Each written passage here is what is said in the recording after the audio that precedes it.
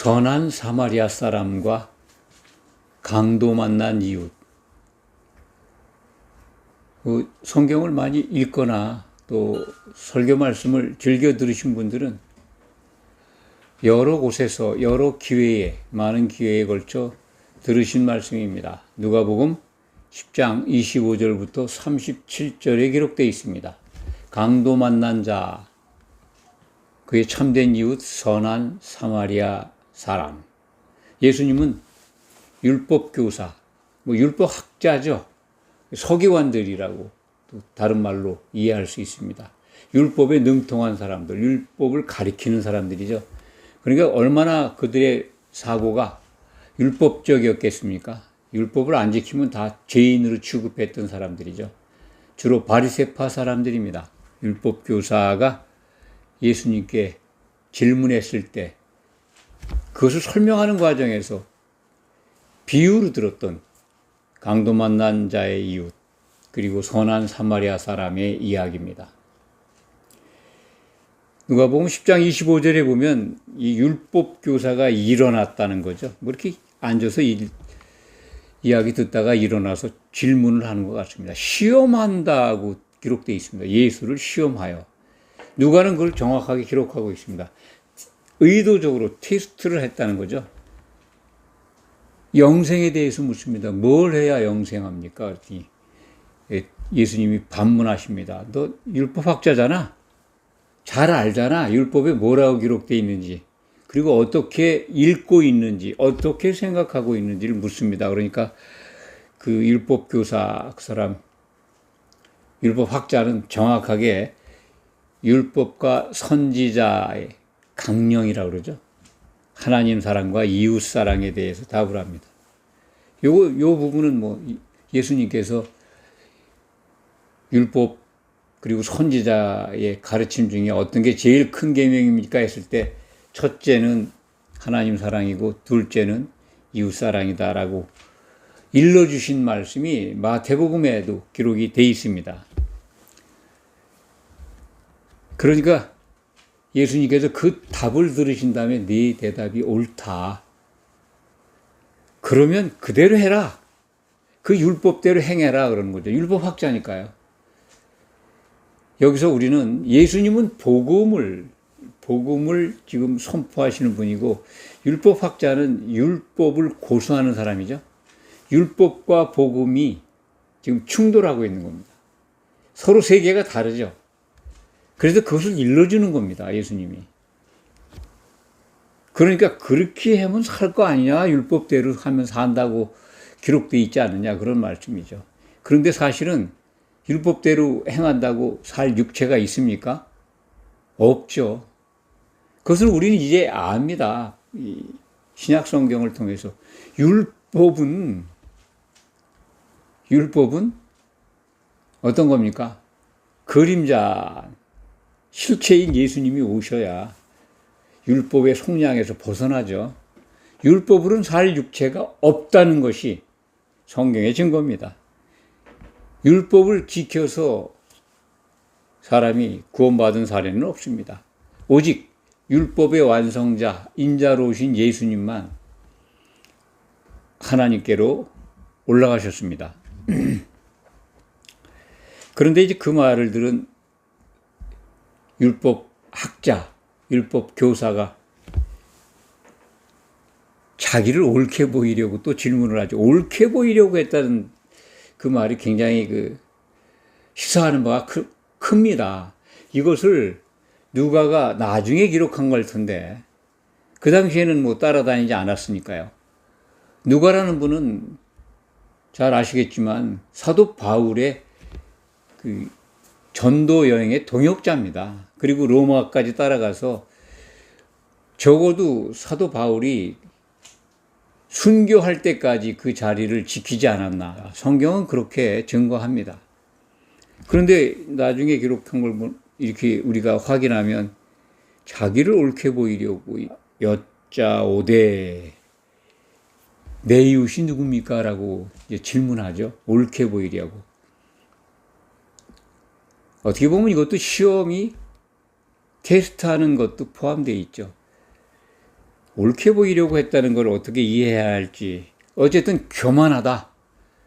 그렇게 판단을 합니다. 굉장히 교만하다, 이 사람. 그러니까 예수께서 강도 만난 자의 이웃을 예를 들면서 비유의 말씀을 하신 거죠.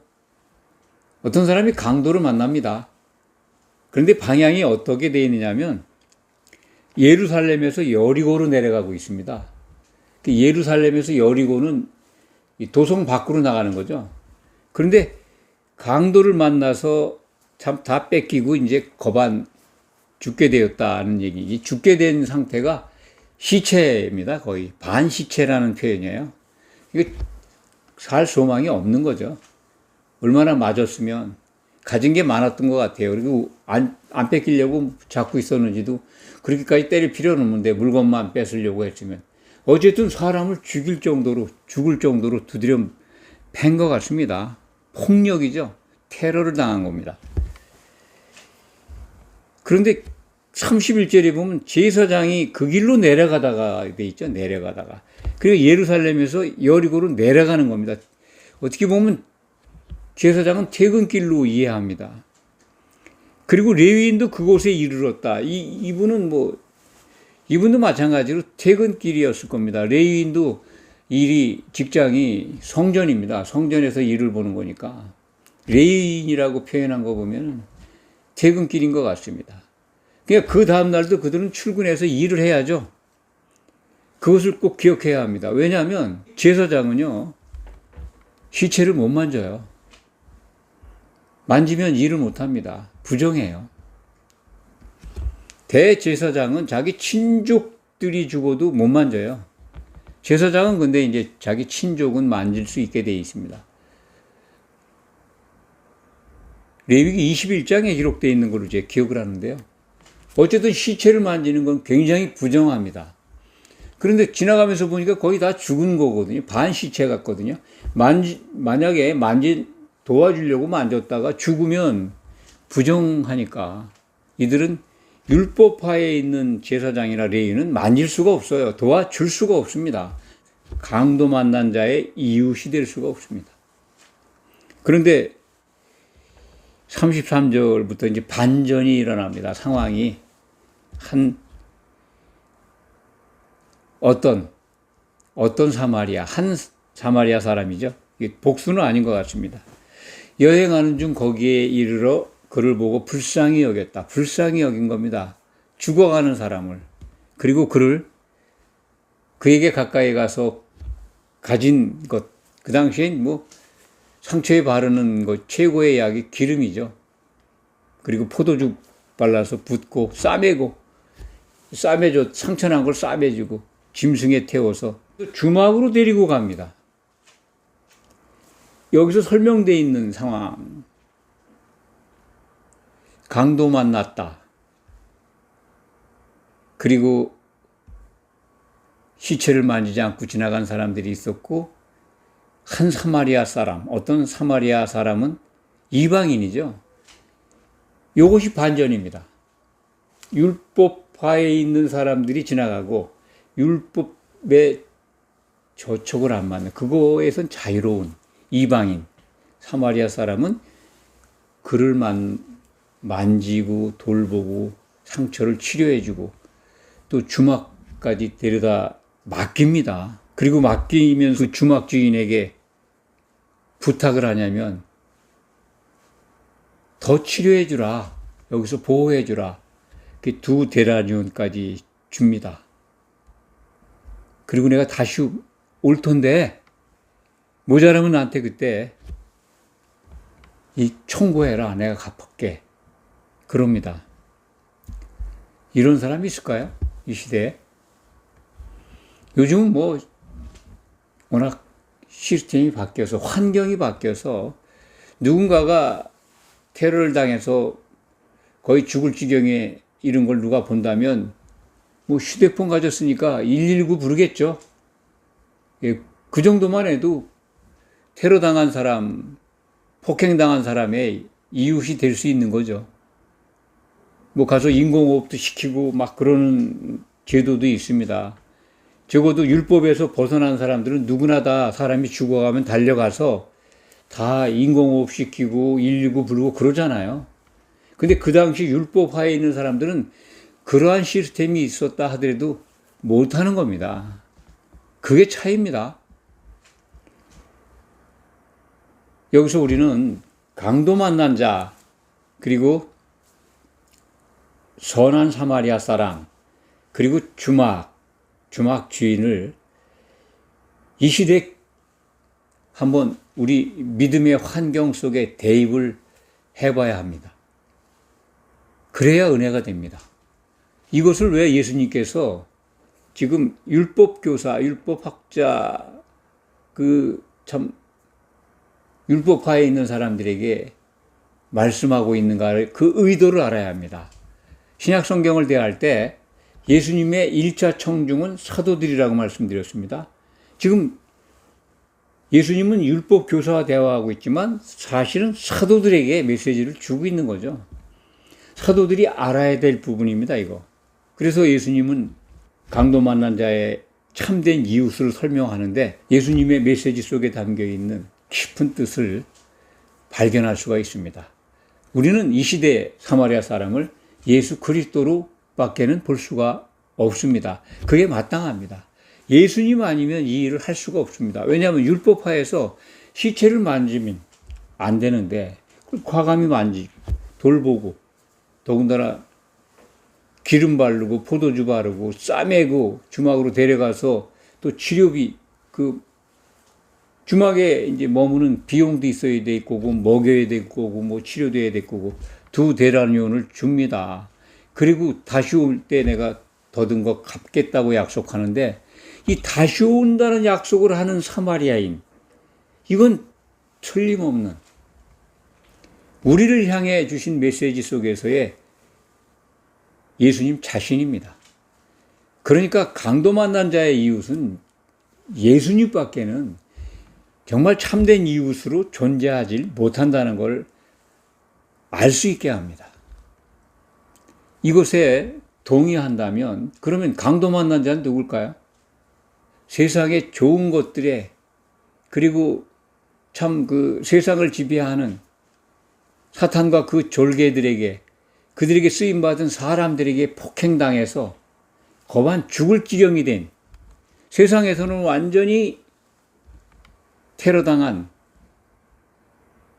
사람들, 그 가운데 예수님 눈에 띄어서 목숨을 구해서 주막으로 인도된 우리 성도들이지 않습니까? 선한 사마리아 사람이 예수님이면 주막으로 이렇게 거의 다 죽은 상태에서 숨을 건지고 구원받아가지고 그 환경에서 구출된 거죠. 구원받아서 주막으로 이송된, 물론 몸을 그냥 세상 권세에 의해서 죽을 정도로 맞은 건 아니죠. 실질적으로는 우리의 진짜 생명이 정말 낙심하고 상처받고 어디 쉴 곳이 없을 때, 지쳤을 때 예수님이 우리를 붙잡아 주신 겁니다. 그래서 주막으로 인도했는데 그 주막은 뭘까요? 주막은 이 시대의 교회입니다. 그 교회는 사도들의 터 위에 세워져 가고 있고 그들은 그 터를, 사도들은 굳건하게 이루었고 지금도 그 역할을 하고 있습니다. 율법화에서는 거들떠 보지도 않았던 상처받은 영혼들을 주님이 오셔서 주막으로 안내하셔서 우리를 지금 양육하고 계십니다. 무엇으로? 사도들이 기초를 이룬 교회 안에서 예수님이 주신 말씀으로, 사도들이 기록한 신약 성경으로 우리를 양육하고 있죠. 그러면 당시 그 상황으로 다시 돌아가 봅시다. 주막 주인이 있었을 겁니다. 사마리아인이 그 강도 만난 자를 데리고 가서 2데나리온을 주면서 부탁을 하지 않습니까? 다시 올 때 더 들면 주겠다고. 그럼 우리가 한번 그 후의 상황을 한번 상상을 해볼까요? 어떻게 했을까요? 그 주막주인. 그러니까 교회라는 개념 이전에 그 당시 상황으로만 이해해서 주막주인이 만약에 선한 사람이어서 두 데나리온 값이나 그 이상으로 극진히 강도 만난 자를 치료해 줬다. 그리고 다시 오면 준다고 그랬으니까 그걸 기다리는 가장 좋은 시나리오죠. 그런데 그렇지 않고 굉장히 인색하다. 그 두 데나리온 받았으니까 뭐 그만큼만 돌봐주고 쫓아낼 수도 있는 거지 않습니까? 시간이 지나면. 중간에 그냥 나가라고 그러죠. 뭐 여관이니까 밥 먹여주고 재우는 곳이니까 다른 손님 받아야죠. 그냥 두 데나리온 받고 그거 받고 이 귀찮은 친구 강도 만난 자 그냥 죽거나 말거나 그냥 내쫓았을 수도 있습니다. 그냥 죽게 내버려둔 거죠. 내보낼 수도 있고 아예 돈만 받고 돈 두 데나리온만 그냥 받고 그냥 나가게. 나중에 뭐 온다는 약속 뭐 믿지도 못하고. 아니면 최악의 경우는 그 강도들이 운영하는 주막이면 어떻을까요? 완전히 뭐 보자마자 사마리아인 가자마자 쫓았지 않겠습니까? 그런 상황들. 그러니까 주막은 그 후에 어떻게 됐을까 하는 것 상정해 본다면 이것이 교회가 아니라면 예수님이 다시 오신다는 약속을 하셨을까? 사마리아인이. 그래서 이 주막은 교회다. 그런데 오늘날 이 시대의 교회를 한번 보십시오. 사도들의 터 위에 올바른 교회로서 강도를 만난 세상에서 상처받은 영혼들을 치료하고 주님의 뜻에 따라서 양육하고 있는 교회가 있는가 하면 참 강도의 소굴이 된 교회도 있지 않습니까? 오히려 상처받은 자들이 와가지고 더 상처를 받고 발도 못 붙이고 쫓겨나가는, 아니면 그들의 그 일원이 돼가지고 더 나쁜 짓을, 강도와 같은 짓을 또 하고 있는 그런 모습도 있지 않습니까? 이 시대 교회는 예수님이 말씀하신, 예수님이 기대하신, 내가 다시 올 때 상을 주겠다, 상을. 이 강도 만난 자들을 잘 보살핀 그 주막 주인에게 내가 상급을 주겠다. 그 값을 쳐주겠다. 라고 하는 약속. 정말 예수님 다시 오시면 그 약속을 받을 교회가 얼마나 될까? 좋은 교회, 그야말로 선한 사마리아 사람의 의도대로 상처받은 그 강도 만난 자가 완전히 치유가 되고 건강하게 회복시킨 그런 주막도 있는가 하면 아예 만나자마자 쫓아내고, 그걸 넘어서 그냥 강도의 소굴이 되어 있는 주막, 그런 모습들을 우리가 이 시대에 많이 봅니다. 예수님도 이것을 예상해서 그런 말씀을 하시잖아요. 세상 두루 다니다가 참 어렵게 성도 한 사람을 이끌어오면 배나 지옥 자식이 되게 한다고, 그 예언한 말씀이 이루어지는 현장의 교회들을, 참으로 안타까운 교회의 모습들을 보게 됩니다. 얼마나 성경은 신실한지 모릅니다. 그냥 막연히 염려가 돼서 그냥 주문하시고 하신 말씀들이 아니에요. 그러한 일들이 일어난다는 겁니다. 오늘 본문 말씀 정리하겠습니다. 그 율법학자, 율법교사에게 이렇게 말씀하시죠. 네 생각에는 이 세 사람 중에 누가 강도 만난 자의 이웃이냐? 그러니까 자비를 베푼 자이다. 예수님이 이르시되 가서 너도 이렇게 해라. 율법 교사가 이거 할 수 있을까요?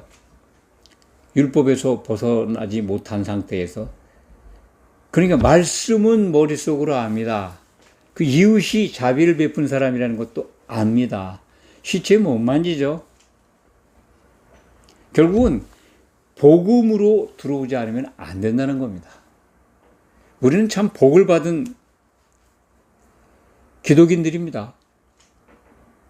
정말 선한 이웃, 예수님입니다. 그 선한 이웃을 만난 우리들. 그래서 선한 이웃의 친구인 사도들이 터를 이룬 교회에 우리가 지금 몸담고 있다면 얼마나 큰 복이겠습니까? 그런 복을 다 누려야 합니다. 그렇지 않다면 그 주막이 우리가 아까 시나리오로 상정된 변질된 그 주막이라면 그런 교회가 그런 주막이 없길 바라지만은 만약에 그런 것들이 있다면 나오시기 바랍니다. 그래야 살지 않겠습니까? 예수님이 다시 오실 때 그 변질된 주막을 가만 내버려 두겠습니까? 꼭 기억하시기 바랍니다. 기도하겠습니다.